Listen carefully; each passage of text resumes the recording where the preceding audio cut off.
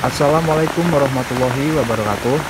Halo teman-teman, selamat datang kembali di channel yang membahas tentang budidaya ikan nila skala rumahan. Ikan nila merupakan ikan air tawar yang memiliki daya tahan tubuh yang lebih kuat dibanding jenis ikan air tawar lainnya.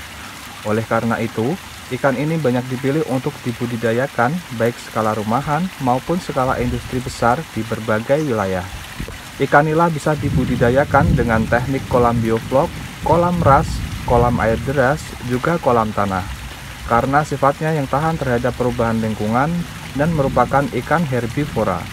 Untuk menunjang kelangsungan hidup ikan nila sehat, maka dalam penanganan di kolam pemeliharaan harus dilakukan dengan hati-hati agar ikan nila yang berhasil tumbuh besar dan dapat menghasilkan daging ikan yang segar dan dengan harga yang tinggi. Di saat musim hujan, perawatan kolam harus dikerjakan dengan lebih ekstra intensif supaya air pada kolam kualitasnya tetap stabil dan tidak mengalami masalah.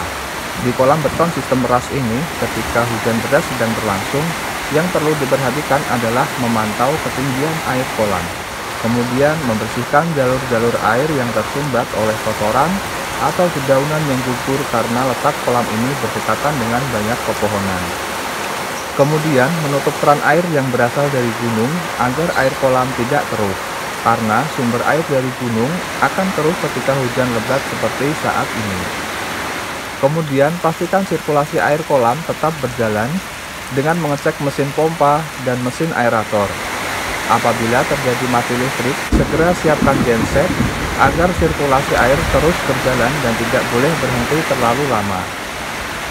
Air hujan mengandung zat asam yang sangat tinggi, maka sudah pasti akan merubah kualitas air kolam sehingga pH akan berubah dan tingkat keasaman air kolam sudah dipastikan meningkat.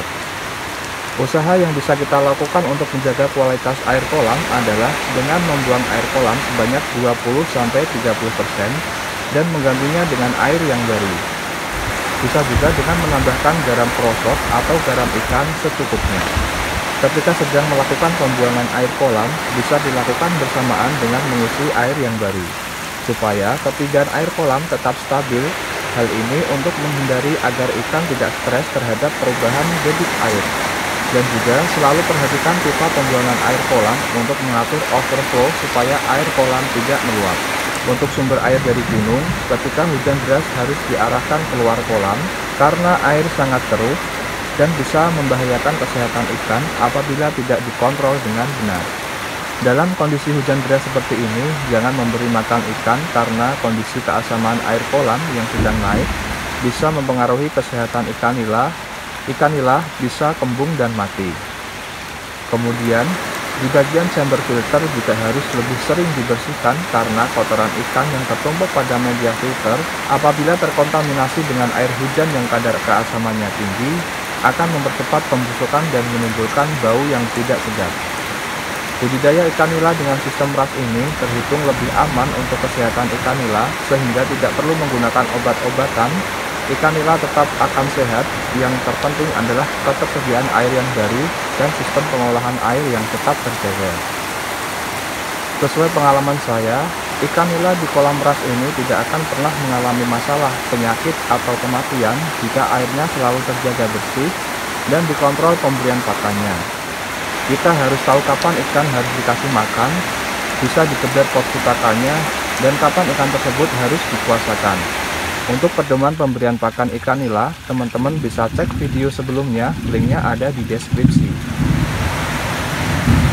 Kemudian hujan yang terus-menerus setiap hari mengharuskan kita untuk mengurangi porsi makan ikan nila, sehingga bisa menyebabkan pertumbuhan ikan nila lebih lambat dan dipastikan jadwal panen akan mundur. Dan kabar baiknya, kehadiran hujan akan membuat ketersediaan air sangat melimpah, membuat tanah menjadi subur dan melatih kesabaran kita dalam budidaya ikan nila. Tidak apa-apa ikan nila sedikit lambat panen karena terhambat proses pemberian pakan. Yang penting ikan nila tetap hidup sehat dan selamat sampai masa panen.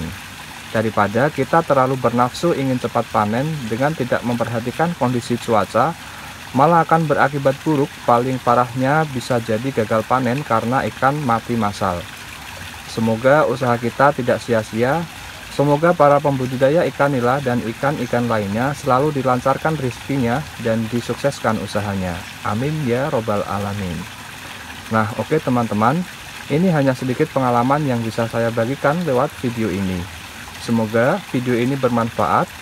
Bagi teman-teman yang baru pertama kali melihat dan menemukan channel ini, jangan lupa untuk klik like dan subscribe untuk terus dukung channel ini agar lebih baik dari waktu ke waktu, dan secara konsisten memberikan informasi seputar budidaya ikan nila.